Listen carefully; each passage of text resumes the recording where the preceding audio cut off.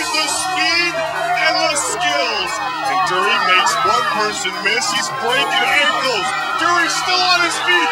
Are you kidding me? Look at the speed of Andre Dury. Can he make it land? Oh, yes, he can. Andre Dury doing what he does best. Bouncing right, bouncing left, still on his feet. He's going to go. Touchdown number 6 for Andre Dury. Are you kidding me? When Andre Dury arrived at York University, he was a 22-year-old freshman looking to make an impression. He didn't waste any time. By his second season, Dury rushed for 16 touchdowns, only 5 less than OUA standout and current Hamilton Tiger cat Jesse Lumsden.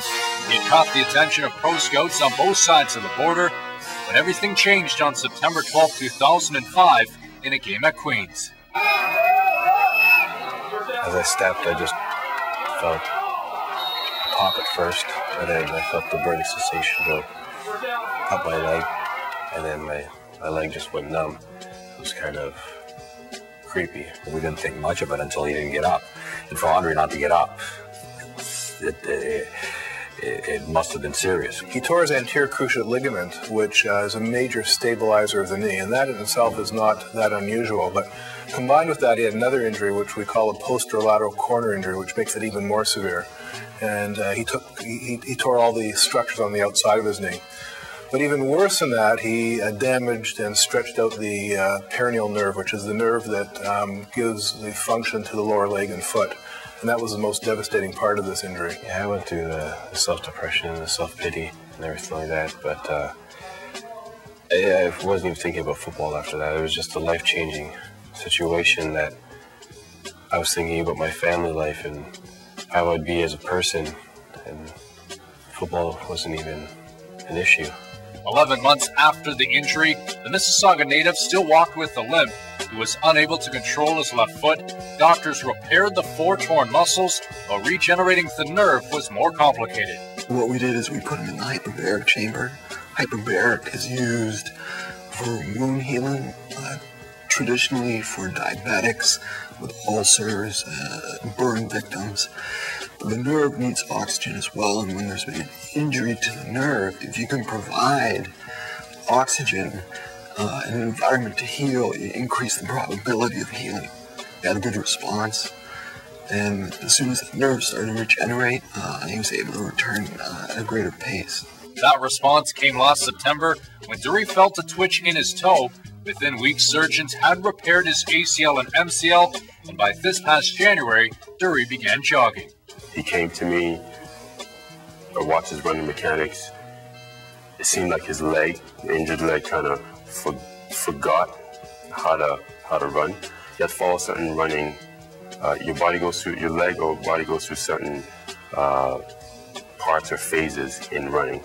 Now that leg felt like I almost forgot how to do that. So what we had to do was relearn it.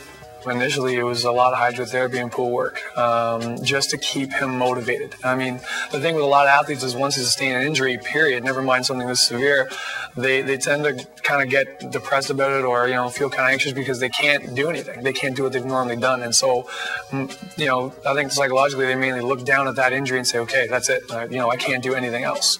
What I try to get across Andre was you have one bad wheel, the other 3, your upper body, your other leg can still do something. Let's do something. It was a good way to at least keep him active and keep him motivated. He got some additional motivation from current Montreal Alouette running back Robert Edwards. After rushing for over 1,100 yards in his rookie season with the Patriots back in '98, Edwards suffered what many thought was a career-ending knee injury during a flag football game in Hawaii. Like Dury, doctors told Edwards he may never play football again. However, in 2002, he proved them wrong, returning to the game he loves. When I talked to him, it was at the beginning stages. He had just injured himself, and I told him don't quit, don't give up, don't feel sorry for yourself. It happened. You can't change it. You gotta just work through it. You're gonna have naysayers that say that you should give up, you should quit playing, find something else to do. Use that as motivation to push you and press you to prove them wrong. We compared our injuries and related to the different aspects of it. Seeing possibility is just great because it just gives you so much more motivation and inspiration to keep going. He can only do what he can do. He needs opportunity. So that's the toughest part. That was the toughest part for me, making other people believe what I believe, that I can do it. And that's the next hurdle that he has to overcome, proving to the coaches, proving to the GMs, proving to the scouts that, yeah, I was injured, but I'm over that and I'm back and I can do anything that any normal running back who hasn't had this injury can do. It's been almost 8 months since Drury's last surgery. At the CFL evaluation camps in Toronto this past March, he ran the 40 in a time of 4.74 seconds. Not bad for someone who's told by doctors he may never run again. I guess my dream is carrying me this far. Yeah, it's been amazing to be a part of something like this. Andre Dury caught the backfield. Can he get out of this jam? Oh my goodness. Andre Dury